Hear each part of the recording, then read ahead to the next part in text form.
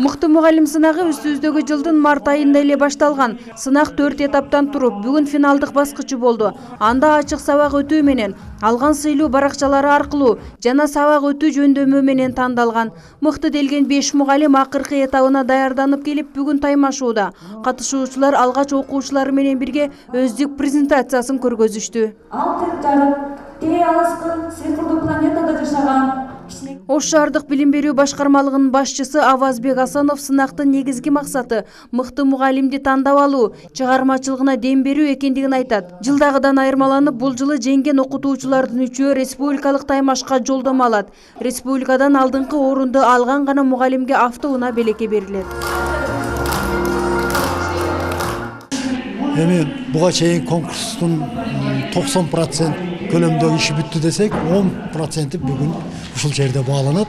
Анан мурдагы бааларды эске алып, бүгүнкү бааларды эске алып, жалпы жыйынтык чыгат.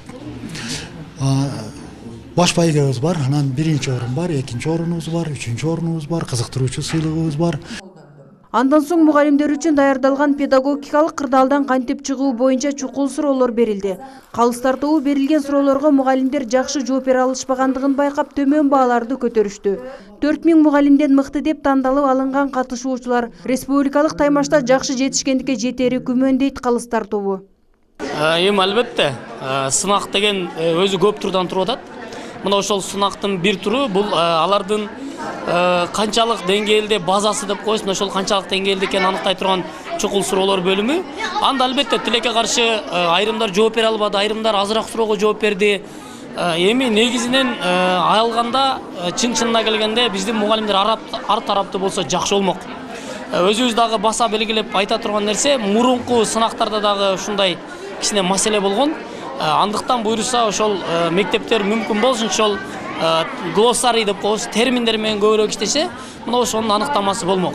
Анан бирок эми республикалык сынактын катышуучусу катарында айталам, терминдер башкалар эмес, өзүңүздөр көрдүңүздөр, көбүрөөк балл бул сабакка берилди. Республикалык турда дагы сабакка берилет.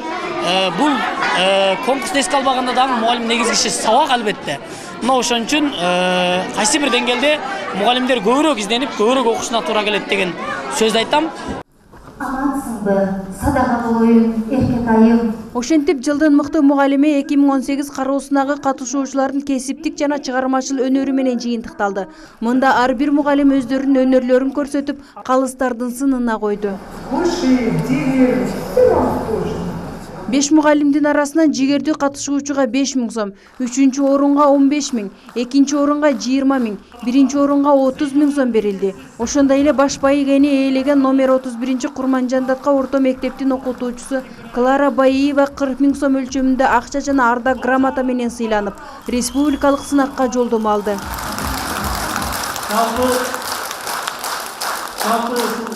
Мен эми чын жүрөгүмдөн, чын дилимден берилип аракет жасаганмын, өзүмен бир баштаган ишти ошол аягына жеткиликтүү жеткиргенге аракет жасаймын да.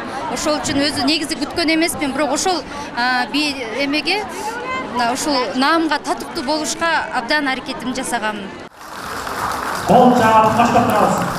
Иш-чарада сынактын катышуучуларына Ош шаардык кеңешинин ардак грамоталарын төраганын орун базары Бакыт Каналиев тапшырды.